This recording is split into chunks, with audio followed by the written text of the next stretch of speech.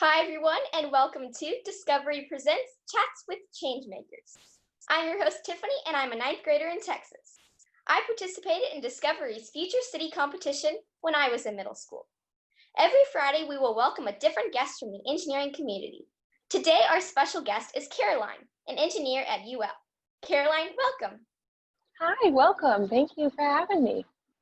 So, Caroline, I understand that you have had a variety of different jobs, including working with flamethrowers. Can you tell us a little bit more about what must be a fascinating career?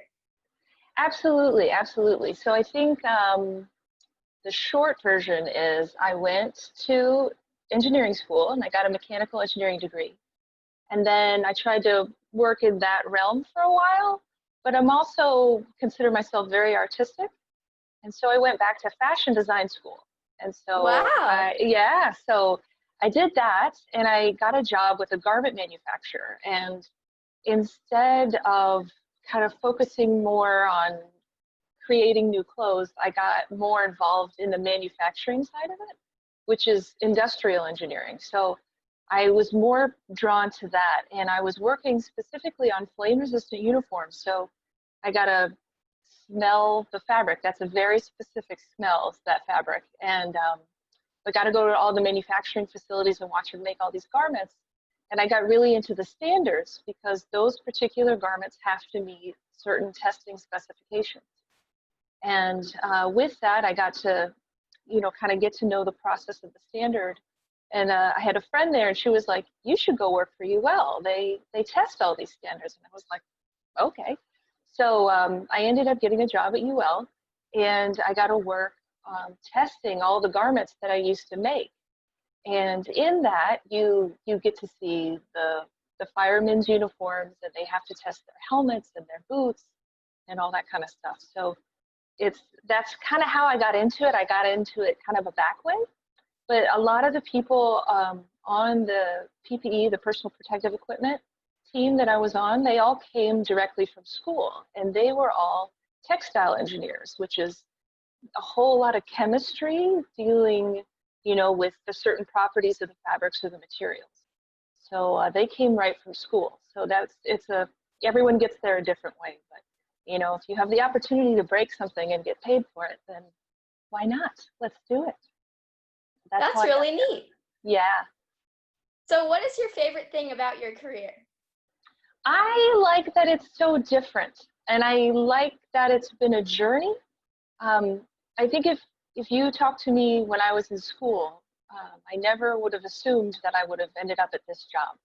So I think every job shows you a different side. I mean, engineering is so broad, right? And math and science, if you will, touch a lot of different subjects, and they manifest into different jobs. So you start at one job, and then you're like, well, I kind of like this aspect of this job better. So you just make a slight turn and you go down that path. Or you make a complete different turn and you go to fashion design school, right? So you never know. But I think you're in the right space if you leave and you come back. So I've left engineering a couple times, and I've always come back. Like, engineering is home, and so you end up in the right spot. So I think that's how I know I'm in the right spot and I got to the right place. So you'll get there eventually. That's awesome. So how did you decide that you wanted to be an engineer? So math and science were always very easy for me, so that was something to stick with. And I remember being a freshman, and we went to go tour a bunch of different schools, and I was like, I don't know what I want to do. And there was a gentleman there, and he said, "Do you like physics or chemistry?" And I said, "Oh, I like physics." And he goes, "Well, then you should be a mechanical engineer." And I said, "Well, all right." And I don't know if that's really enough to go on to make a life decision, but for some reason I said, okay. And so that's kind of how I got to where I am now. But that's a really cool story. Yeah, thanks. Yeah. So sorry, go ahead. No, that's it. You go. So what does a typical day of work look like for you? So let me tell you. So I've been at UL about 7 years now. And so the fun stuff was my last position. So I'll talk with you about that. And then I'll tell you kind of what I do now, which I think is fun, but it's just a little bit different. So on UL is a lot of things, but their core business is their third-party testing certification. So what that means is if you have a product that you want to take to market, more than likely it has to meet a set of rules, right? To make sure that it doesn't blow up your house if you plug it into the wall. So we take all those products and we apply the different standards to them to make sure they don't blow up. And so, for example, on the PPE side that I was on, we did uniforms for gentlemen who were electricians or who worked in the oil field.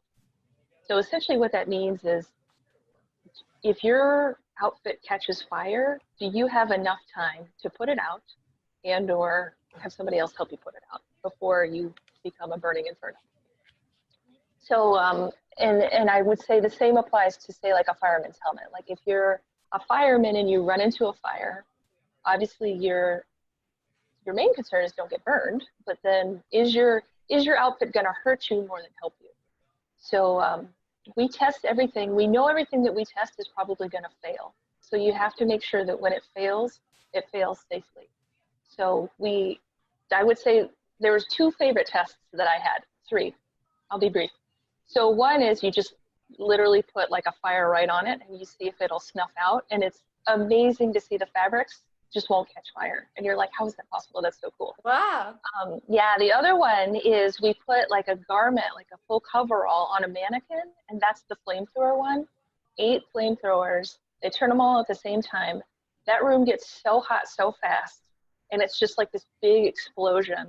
And you have to leave it on there for 3 seconds, and it feels like an eternity, and then they turn it off, and you're like, did it die? You know, like, how did it do? And so it'll either like crumble and fall off the mannequin, or it looks like it didn't ever get burned ever. It's just sitting there waiting for you to do something mean to it. And so that's a lot of fun to see it survive such a horrible test. But the other one that I really enjoy was the fireman helmets. They have the helmet and they'll put it on a little head form, and they'll drop these horrible looking like weights on it with points or balls or whatever, and you're trying to break, you're trying to break the helmet, right? And so those things take so much pain, and they're fine. And I'm like, well, thank goodness, because you know those guys run in with the helmets on. You hope they weren't, and they do a great job. So we put them through the ringer to make sure that they do, and they do a good job. So those are my favorite with the old position, right? Like burning and breaking things. But with my new position, so I mentioned that the products have to meet a certain standard, right? Like somebody puts all these rules in place and you've got to make sure that it meets all those rules. So my new job now is helping develop the rules. So I get to work on things now that deal with circular economy, which is kind of how do we make sure that we're not polluting the earth in a way that, you know, companies can say, yes, my company is doing what it can to help the earth.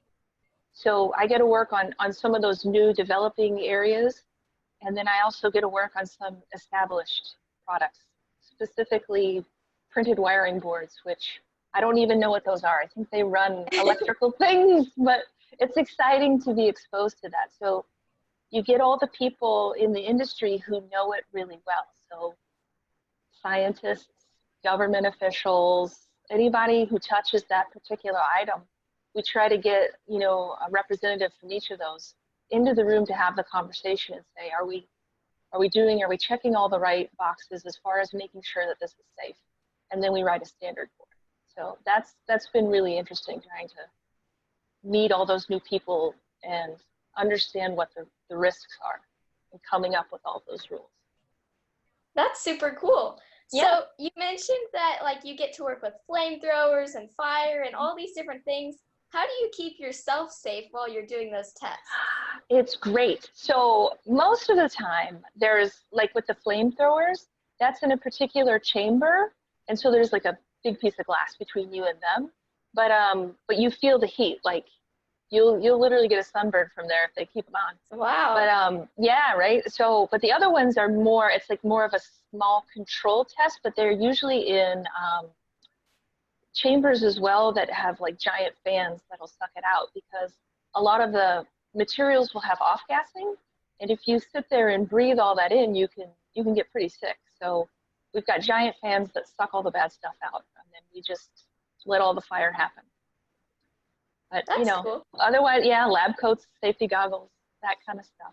You definitely look like a nerd when you're in the lab, because there's a certain like rule of all the different things you have to wear. So it's kind of fun. Yeah, that's cool, because none of our products would be safe today if it wasn't for the testing that you guys do. Absolutely, absolutely. It's kind of fun. We test everything, like ATM machines, right? And light bulbs. Really? And ovens and grills and you name it, lawnmowers. I mean, we've got everything in that office. It's so much fun just to watch them break everything. So, yeah, and we give tours. So if any of you guys are interested, come on down and we'll give you a tour of the lab and you can see it all in action. That's awesome. Yeah. So tell me about a favorite project that you've worked on. Favorite project? Okay, here's one. So with the firefighters, obviously their immediate hazard is the fire, right? So you're concerned about that. Well, with all of like the new furniture, the way that they improve like the foam or the fabric or the whatever, there's a whole bunch of new chemicals in there. And when those particular items catch fire, they release a lot of toxins into the air. And so the firefighters while they do have their masks on, their breathing apparatus, all of that soot will touch their skin or it'll just kind of seep into their bodies through some other means other than their nose. And so is that dangerous? It's super dangerous. They get cancer from it. And so really? yeah, if you breathe it enough, it can give you cancer. We don't want that to happen. So that's a new thing. They're doing research on that. So that's the new concern now for firefighters. So how do you test that? And there's actually a test, and they actually do it. It's interesting, right across the street from our building. And what you do is you have a gentleman put on the entire fireman's uniform, and he goes in there, and this room is full of it looks like pollen. And he has to go in there, and for 30 minutes he has to do exercises and go up and down and walk around. And when he comes out, he has underneath all of that, he's got like a black leotard on. And what they do is they take all his clothes off, and he's still got his little black leotard on, and they put a fluorescent light over it. And if there is one speck of that neon yellow pollen on there, then the test has failed. So the whole just point, one? Just one. Oh one. You have to see it with your eyeballs, and that's the test. Can you see a speck of reflective fluorescent powder that's shown on his black suit?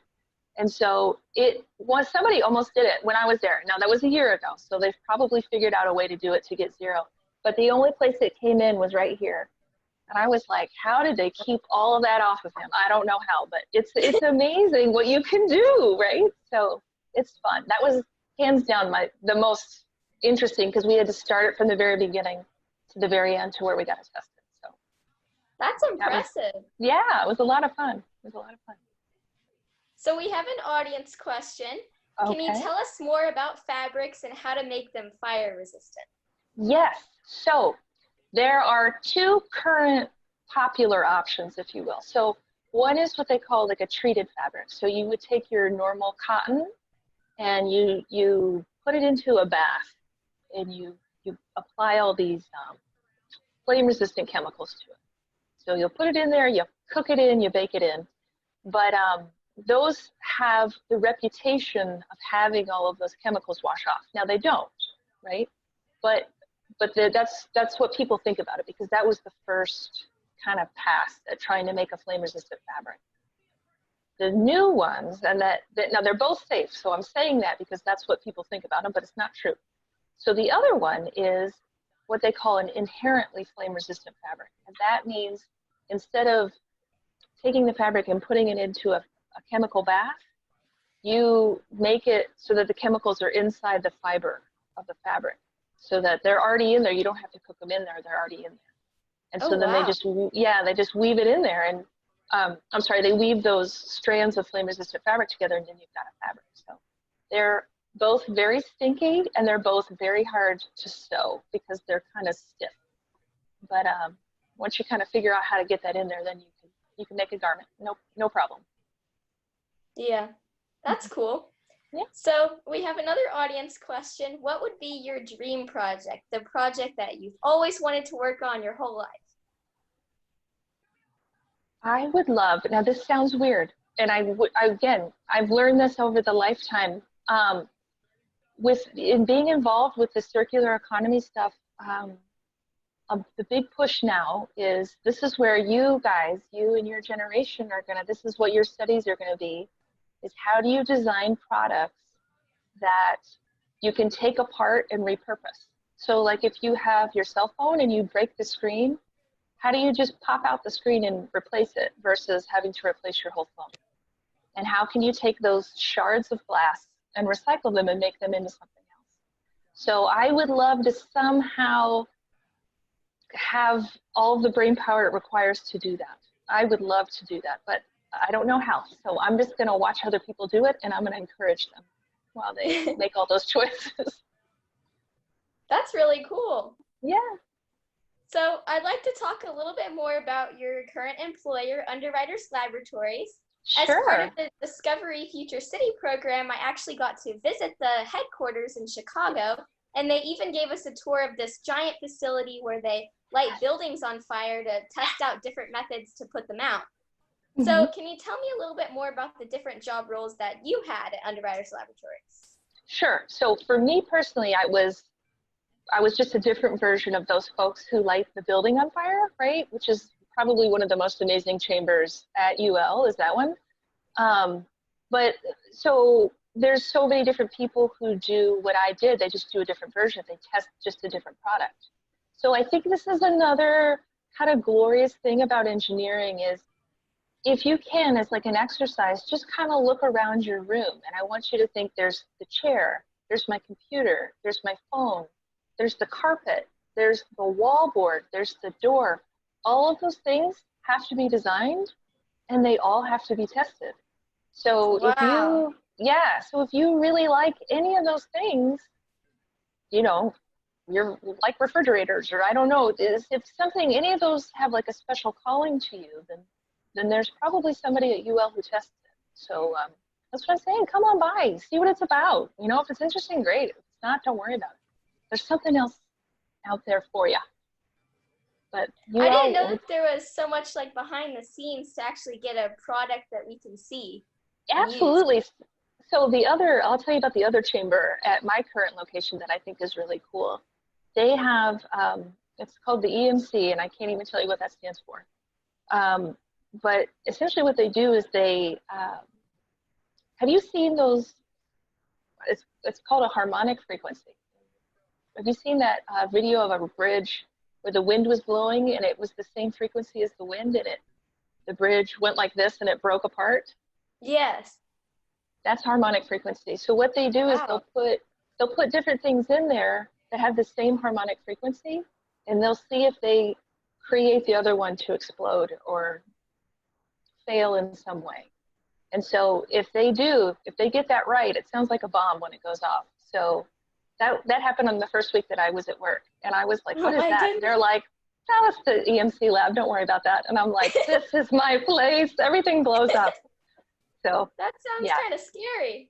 It is, but again, you know, like if you put, like, for example, I think there was a test that they used to do for grease fires, and they would have an oven and they would put really greasy meat in there, and they would just crank up the burners and let it burn, and they were trying to start, they're trying to start a grease fire, but you need to get to that point because you want to make sure that the stove knows how to put it out, right? So that if something fails, it fails safely.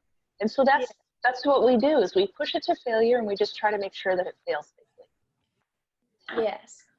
So we have another audience question. What are some examples of things that UL tests?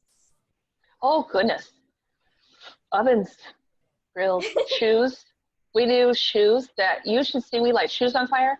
Chainsaw chaps. So, like, if you're a guy cutting down trees, you probably have a chainsaw chap on. And if that chainsaw touches that fabric, it'll stop the chainsaw so it doesn't like buzz your leg off. Yeah, right? Again, amazing fabric features that they engineer and develop so that people stay safe.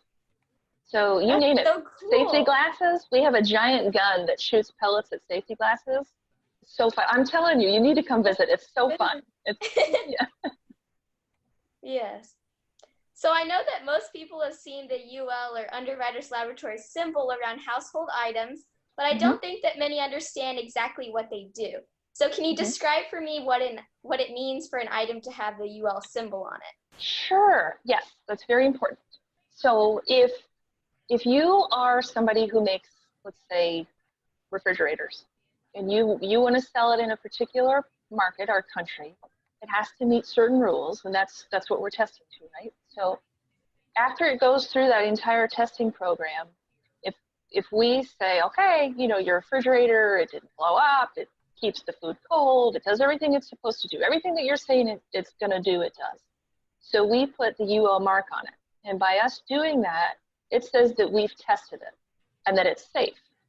And so a lot of people look for that because it shows that it meets all of those requirements. Like your Energy Star and like your washer machine, like it shows that it saves energy, right? So that's what our little mark does. It says that it's gone through the testing and it's safe for your house.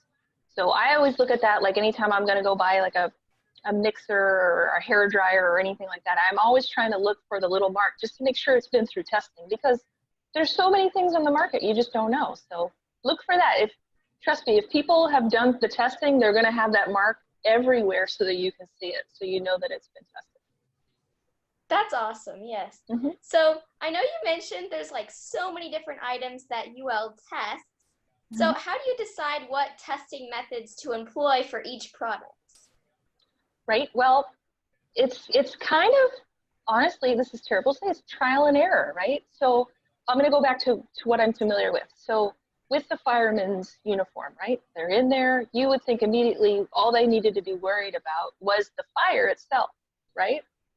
So one thing, and I explained that the new concern now is all of the toxins in the air. So that's a new test, right? We just get that added to the standard. But it's kind of, it just comes up through experience. You live with it for a while, and then if the end user comes back and they're like, no, this is a concern, can we add that in so that it's something that is tested or designed out of the product so it's not a concern anymore. And so one of them that I always think of is, if you see a fireman, he's got reflective stripes on his sleeves and his pants. And so those guys would run into the fire and they would lean against something, and that reflective tape would hold so much heat that it would burn their arms. And Really? so, yeah, so they had to put in extra layers, and you don't know that until you wear it a few times and you get a couple burns and you're like, can we make that stop? So the garment manufacturers redesigned it, and they came up with a new test. And I think we had to build all this special equipment to perform the test, but you make sure you get them both real hot and you push them together, and you make sure that it doesn't make a burn, right? They have like a fake skin, if you will, which is not copper, right? But you push it on there and you make sure that you don't burn after so long with so much pressure. And then when those guys go in there and they have to lean on something, their reflective tape won't burn them anymore, which is good, right? Simple Yes. fix. It's just, you gotta live through the process to figure it out. So you're constantly updating the standards. All the time. So those particular standards with the firemen, those are NFPA standards. So they update theirs, obviously with the new information. I work for UL standards now. We're constantly updating them. So you can update a standard as fast as you can get it through a vote, so it takes, I think the fastest is like maybe 6 months, but yeah, I think a typical turn is like 18 months. So they're constantly being updated, but you don't know that, right? So it's also new products. Like, do you remember the hoverboards came out and they would like blow up? So UL quickly wrote a standard to ensure that the hoverboard, whatever, I don't know if they had all the layers. I don't know the story behind that, but they were like, okay, this is the danger that we're seeing and this is how we can prevent it. And so they wrote a standard for it. And then now you don't hear about them blowing up anymore, right? So problem solved. Next topic to tackle. So do they have to like recall all of the old ones then? I think so. I think they do. I think that's a requirement because you obviously don't want anybody to get hurt. So Yeah. you've got to call them back. So I think that's a whole process unto itself. And I don't know. I don't think we're involved with that. But there is. I think the manufacturer of whatever product has to have that in place so that they can pull all those back. Okay. So we have another audience question. Why do standards matter? Like, what is the importance or need for a standard? Well, I think what I was just saying, I think is a perfect example is if you don't have a standard there, right, a safety standard specifically, you know, then I could go and make something that I'm like, it's great. This product is gonna make you thin and make your breakfast. It's gonna be great. And if it catches fire, then it doesn't matter because it's burned your house down, right? So it's just about keeping people safe. So that's, and again, it's a layer. It's several layers back from the end user, right? They're never going to know that. They may or may not look for the UL mark, but if they see it and they know what it means, then they know. Hopefully that gives them a sense of safety, and those items have been reviewed and looked at. Yes. Okay, so we have one last question. This is more of a fun and random one. What do you like to eat for breakfast? Oh my gosh, everything. Lately, it has to be oatmeal, right? Which is gross, but let me tell you, bacon, avocados, anything. I love breakfast. It's my favorite meal. So anything and everything. The most important meal of the day. It is. Everybody should eat it. Well, Caroline, thank you so much for joining us today. This week was our season finale, but Chats with Changemakers will be back in the fall with more episodes and engineers. When you leave today, make sure to fill out the Chats with Changemakers survey. And until then, I hope everyone has a great week and a great summer.